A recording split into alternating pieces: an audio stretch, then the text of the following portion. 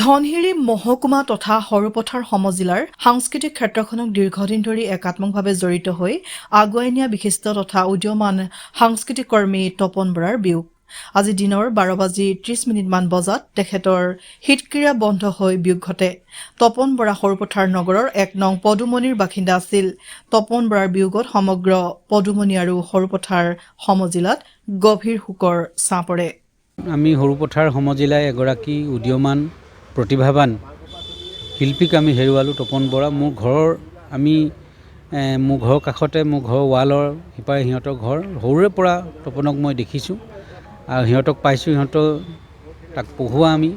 এতিয়া মই আচলতে সঁচাকৈ আজি শোকস্তব্ধ হৈছোঁ। আৰু আচলতে সৰুপথাৰ আমাৰ 1 নং পদুমনি কি হৈছে নাজানো। আমি আজি দুদিনমানৰ আগতে আন এগৰাকী প্ৰতিভাৱান আমাৰ ভাৰতীয় নিৰাপত্তাৰক্ষীত কাম কৰা যুৱকক হেৰুৱাইছোঁ। তেওঁ সকাম শেষ হোৱাই নাই। আজি আকৌ আকস্মিকভাৱে তপনক হেৰুৱাই আচলতে আমি খুব ম্ৰিয়মান হৈছোঁ। তপন বৰা আচলতে তেওঁ হৃদযন্ত্ৰ বন্ধ হৈ পেলাই তেওঁ আকস্মিকভাৱে মৃত্যুবৰণ কৰিব লগা হ'ল। তেওঁ এই মৃত্যুত আচলতে ক'বলৈ একো নাই। তেওঁৰ 2টি সন্তান, পৰিবাৰ, মাক এগৰাকী কৃতি শিক্ষয়িত্ৰী। আচলতে খুব দুখ পাইছোঁ, আচলতে খুব আঘাত কৰিছে। মই সঁচাকৈ কি ক'ম, ভাষা নাই। তপনৰ আত্মাই স্বৰ্গত স্থান লাভ কৰক, এনেকুৱা ঘটনা নঘটক।